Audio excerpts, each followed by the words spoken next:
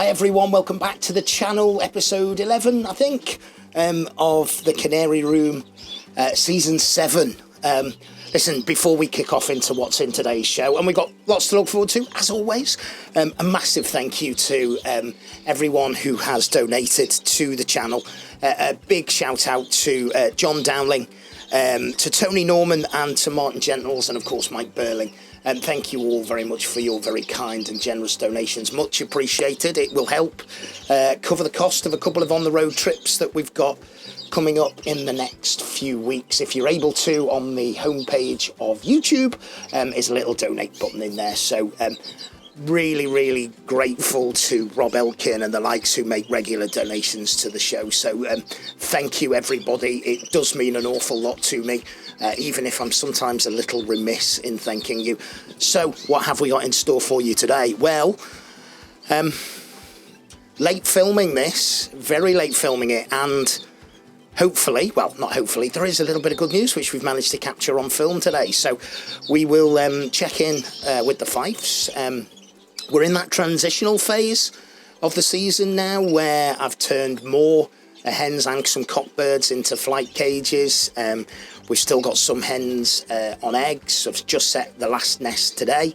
I've got some hens who are still feeding young in the nest, and we've weaned some young today. A little bit of an update on the Norwich as well, and also the Redpolls. So look, everyone, you know what to do.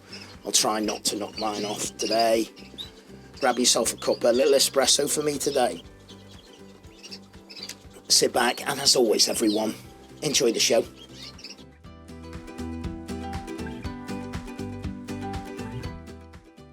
Well, since you were last here, it's been a case of cleaning cages, moving birds, really, and I talked at the top of the show at the transition period, and for many canary breeders, their breeding season in the UK for 2024 will be drawing towards a close. The birds will really tell you, and the thing to look out for is when they start dropping flight feathers and tail feathers, and you'll see those in the bottom of the cages. And you know, once they've started into the molt, they're not going to breed. They're not going to breed fertile eggs anyway. So we have moved a large number. In fact, if I count up very quickly, 1, 2, 3, 4, 5, 6, 7, 8, 11 hens either still on eggs or with young which aren't a million miles away. There's a couple that have just chipped out in the last couple of days as well. So 11 hens, and that means 19 or so are now turned into the flight cages. There is 2 or 3, 4 cockbirds still sort of not dropped into the molt yet, so they've been with hens, but in the most part they're just with hens helping rear the young. So let's talk about some of the movements. You can see from the shot here that this side of the shed, the Norwich, a little bit more of that later, but the Norwich have come out the breeding cages now, and what we've got in here is a number of dark Fifes. So, number of darks, heavily variegated selfs, and I've also bought the blues out as well. So, I'd said, I think, a couple of times that I hadn't really seen the blues. I hadn't had a chance to look at them. They were in a cage in the bottom corner. I'm really pleased, really pleased with them. I think they're, anyone who breeds Fifes will know they start off, as soon as they come out the nest, the majority of them look stunning. And you're like, what? Bred a load of worldies, and then they lose their shape a little bit as they grow, because obviously they don't grow uniformly. So they're looking okay. They're looking quite nice. I'm quite pleased with them. Got a range of colours as well. We've got some nice clears coming through. So we've got some nice allied birds, some nice clears coming through as well. A couple of variegateds. I've just weaned off a couple of variegateds today. You can see those in the cage here. Not bred loads of variegateds this year, but that's okay. It's always about quality, not colour. So they're looking nice. And what I will do, and I'll show you that in a minute, is I've got a spray. So I'll give them a spray, and that'll just help them preen. It's getting warm again in the UK. We're due our summer. I think it's going to last 3 days. When I say warm, for any of my Australian friends watching or my Floridian friends watching, warm in the UK is about 21 degrees. That's our summer, everyone. And it's due to last about 3 days, as I say. So that's the breaks of living in the UK. So we will give the birds a spray in a bit. Overall, pleased with the quality, and then the sort of mentioned again at the top of the show, starting to move some of the flighted birds. And one of the things I'm doing at this time of year is I'm thinking already to next year. So I'm thinking about what birds have produced well for me, and that can be not necessarily mean that I'm going to keep those birds. I'll certainly look at the young, I'll look at the quality of the young, and if their young are of superior quality, which is what I always hope, and in the most part they are, then I'll make a decision on the adult birds. Some of those adult birds will leave, some will stay. Birds that perhaps I haven't done well with this year, I might be tempted to keep. So sounds a little bit counterintuitive, that, but you've got to think about the line of the birds moving forward. If I only keep the birds that have bred well for me this year, then in a couple of seasons' time, the stud will be too closely related. So I need to think about those things. So for the time being, they're just in flight cages. They're not overcrowded in flight cages. They've got sort of 6 foot, best part of 6 foot to fly in. So give them a bit of space, give them a bit of movement as well. So that's it really with the fifes. I've got 1 or 2 in show cages. One of the things I like, and I'm not judging the show quality here at this stage, just really want them to be through the molt. But one of the things I like about the birds is the position on them. Can see this one's in a stock cage. It's a green, and I like this. There's 2 in the cage. I really like one of them. I think it's got the shape, the size, the style, the poise that I'm looking for in my fifes. There's a little clear here, which is in the show cage. I will have a little look at birds in show cages. We saw in the last episode I was hanging show cages on the front. I'm still doing that. So, the training, really, show training starts now. So, without further ado, I'm going to shut up and I'm going to spray for a bit, and you'll see that on film.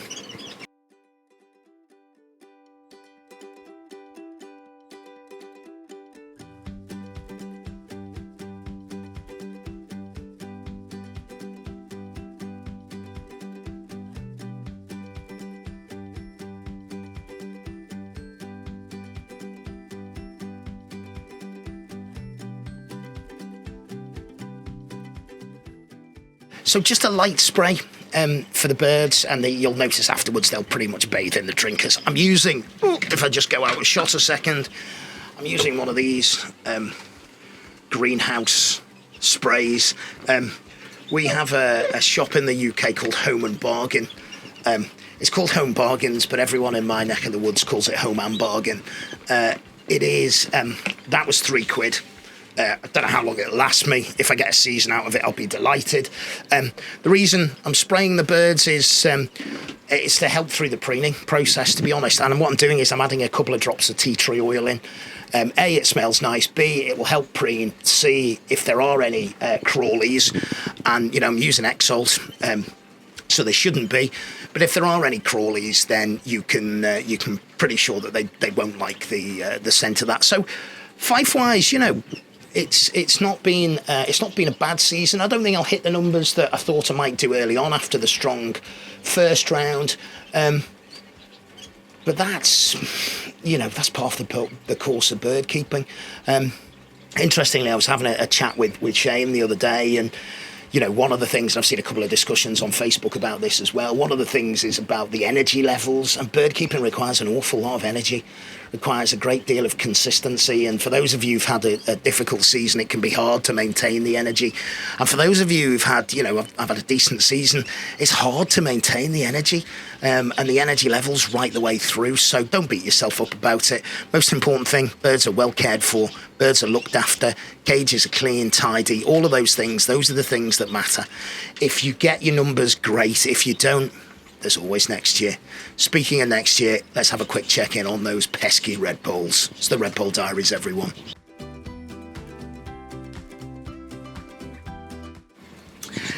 So, again, good season with the Redpolls, largely down to one pair.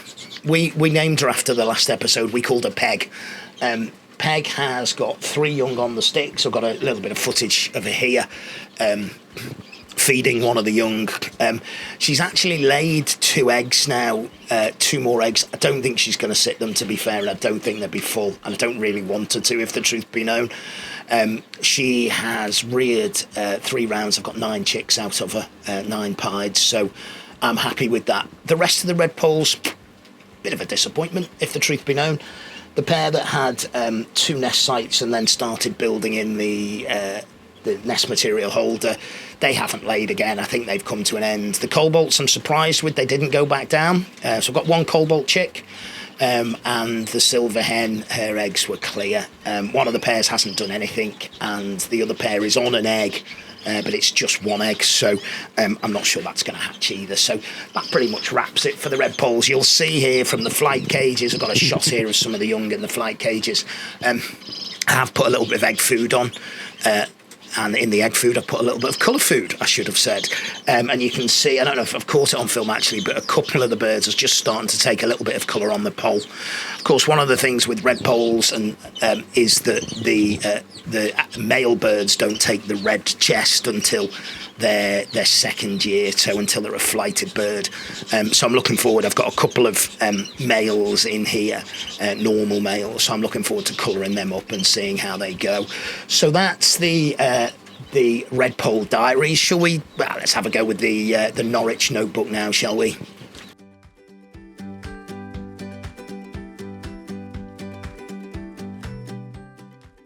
I think if the canaries, most of the canaries, certainly the fifes, have been well for us this year, and the Redpolls have done well for us. And the thing when I talk about your priority as a breeder is always about making sure you've got fresh breeding stock for the following year.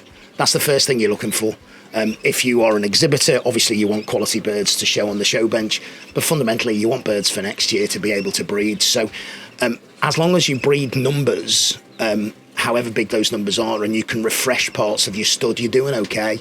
And just try and bear that in mind. I'm trying to hold on to that positivity when it comes to the Norwich, because it's fair to say in this second iteration of me keeping Norwich, this is probably the worst season I've had with them.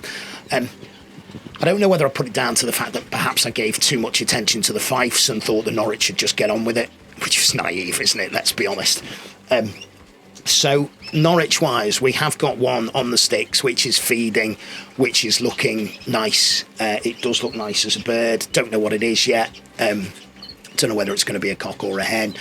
Sod's law, it'll be a cock. I could really do with it being a hen, to be fair. But that's looking nice. And this morning, this happened. And this is from another pair, which is really important to me. I wanted to make sure I got young out of more than 1 pair this year if I could, just to maintain that genetic diversity. And 1 has chipped out. There is another full egg in there. I don't know if it's going to chip out. What I've done is I've put another a little dark fife in there from another nest. Now, touch wood, this pair have been really good feeders for me, so it's early days. It's hatched this morning. It's less than 4 hours old as I film this. So highs and lows, everyone. Let's keep our fingers crossed for that. And it's time now for your questions.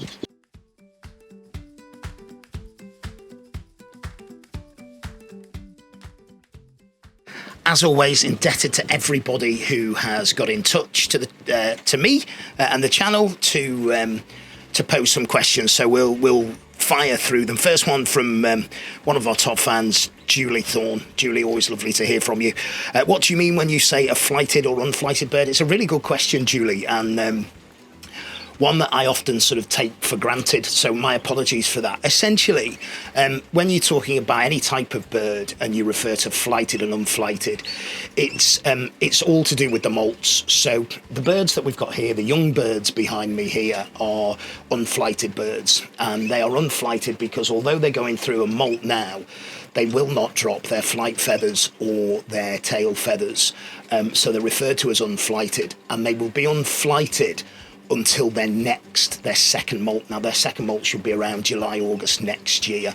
So an unflighted bird can be around about 12 months, 14 months old, maybe 16 months old. So many of the birds I've bred with this year have been unflighted birds, so they'll breed as an unflighted bird. And flighted birds means any bird, and it can be a 12, 14 months, 15 months, 2 years, 3 years, 4 years, 5 years. Any bird which is has gone through its second adult molt. So I hope that answers the question, Julie. Couple of questions of a similar theme. First one comes in from Sam. And the second one comes in from Gary Wilson. So Sam Wilds, always good to hear from you, Sam, although those socks that you've got on today, whew, let me tell you, if you haven't seen Sam's socks, everyone, I will put a picture of them on screen now. Sam's got budgie socks. Who knew such a things were available? So Sam asks, where do you see the hobby in the next 5 to 10 years? And a similar question from Gary, and I'll expand on this a little bit. Do you think type and style of the birds has improved in the time you've kept them? And what do you think the future holds for the hobby? So let's take the hobby future of the side of things at the moment. It's a really difficult one, this, because I think the hobby is in real trouble. I don't say that to be a doom mongerer or doom and gloom, but I think the hobby is in real trouble. The breed I love, which is the Fife Fancy, many of you will be aware, I've never really spoken about it in great depth on the show, is there's been a split in the hobby, and that split serves nobody. It doesn't serve fanciers. There is no united voice. There's 2 different models. There's 2 different classifications. There's 2 different standards. Now, the standards have been brought slightly closer together, but they are fundamentally different, which is a complete nonsense, and I'll be categoric about that. I've made my feelings very clear, so it shouldn't come as a surprise to anybody. The challenge with that is, whilst this sort of infighting is going on, the impact it's having is on clubs. Fife-wise, Sam, Gary, what that's meant is that a large number of the clubs are getting nowhere near the entry that they were, and that's as a consequence of bans or unofficial bans, or hobbyists and fanciers deciding not to show or support a specific body, which is really disappointing. I show at both, so I sit squarely in the middle and hope at some stage that the fancy will reunite, come to its senses and reunite before it's too late. Bird keeping is a hobby which requires patience, it requires time, and it takes time to build a successful stud. You know that, Sam, and you know that, Gary, as well. So I think one of the challenges that we face as a hobby across the board is very much that today's society is instant. So, you know, if I want to get news, I can get it on my phone. I don't have to wait till the TV comes on. If I want to watch a TV programme, I can press the red button, or I can go on to one of the apps and I can watch it whenever I want to. So we are in an instant society. There's nothing wrong with that. But what it means is some of the more traditional hobbies like bird keeping, where it takes time, is at a disadvantage, I think. I hope I'm wrong. I do genuinely hope I'm wrong. Certainly in the Fifes, I'm seeing, 5, 6, 7 years ago, there were shows with 1,600 birds consistently. I don't think, and I'm sure somebody will correct me, there was a show with over 1,000 birds last year, and that tells me everything I need to know about where the Fife section's going. So, not that it will make any difference, but my plea to everybody is please, let's get a single united body of the Fife Fancy for the benefit of the hobby before it's too late. Right, so Gary, your other part of your question, do you think the type and style of birds has improved in the time I've kept them? Undoubtedly, Gary, yeah. I look back at some of the old photos I've got of birds, and I look at them, and, you know, they had style, they had shape. They don't have the style and shape that they've got.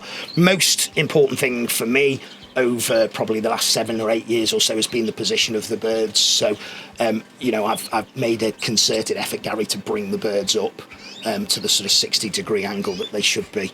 Hope that answers the question, mate. Graham Aitken, after breeding and all youngsters have been weaned, when should I adjust my light hours down and shut my blinds on my shed so the flighted birds start to go into a molt? Thanks. Really good question, Graham. Depends really on your birds, depends on what you want to do. I click my winter lighting on August the 1st. I have done every year. The only reason I wouldn't put it on August the 1st is they're still young in the nest. Now, there rarely is still young in the nest in August. But sometimes some of the native British finches have still got young, and I wouldn't do it then. But around the August time, we have just hit the longest day in the UK, so the nights will start to get shorter. Liam, what impact has the modern methods had over the old ways, supplements, lighting, etc., on numbers produced? Brilliant question, Liam. I guess the answer to that is we have a lot of potions and lotions and wonder products, and I've used most of them. Does it make a fundamental difference? I think, largely, certainly in the canary fraternity, we are still sort of relying on products developed for other sections of bird keeping, whether that be pigeons, whether that be chickens and poultry. And the reality is, I'm not sure it has made a difference. I know some people who keep a purely natural method and do really well. I'm not a big fan of pumping lots and lots of additives into the birds myself. That said, I do give calcium. I do give them things at different times of the year when I think they need it. So thanks for the question, Liam. I have a question here, and what's the best way to colour Yorkshire Canary for competition? It is a really good question. I'm going to... you know who you are. Gadouche Amir Sofiani. I hope I've got that somewhere near right as a pronunciation. If I haven't, 100 apologies. The man really to ask would be Brian Keenan on this question. I do colour feed my birds. I do colour feed the Norwich. What I've done is I've used the pepper pot method. The pepper pot method, if I show you here, is literally it's the Carophil orange, which I use, which you'd use for Yorkies as well. Carophil orange in here, which I sprinkle on the egg food and the soak seed. Now, the downside of that is that not every bird will get the right amount. You only need a little amount. We saw it in the Redpolls earlier on. You only need a little amount, and they'll take colour. So I know some people put it in the water. I know Keith with his Norwich. Keith makes mixes the solution up in water, then soaks it in a couscous mix, and then mixes it in with his egg food, and that generally gets good colour on his birds. And I think we've got time for one more, which is from Ian Cardwell. The best and most successful methods to eradicate faults and bad habits, remembering that all birds have faults. They do indeed, Ian. It's a really good question, this, mate, and I'd probably fire it back to you and say, well, what do you think? Because you've got some stunning birds. I think the thing for me, Ian, is about firstly knowing the birds and knowing the pedigree of the birds. And although I bought some outcrosses in, as we know, I bought some outcross hens in. I don't mind the young that have come off them this year. I think they're quite nice. They've got some style to them. They've got some things I like about them. So it is about understanding what's behind the birds. How do you eradicate faults? The first thing to do is recognise the faults. Second thing to do is don't double them up. What do I mean by that? If you've got a bird with really poor wing carriage, don't pair it with another bird with really poor wing carriage, because the chances are you'll get birds with really poor wing carriage. So understand the faults, understand the elements of the birds that you want to improve, and then recognise where you've got a bird with those traits.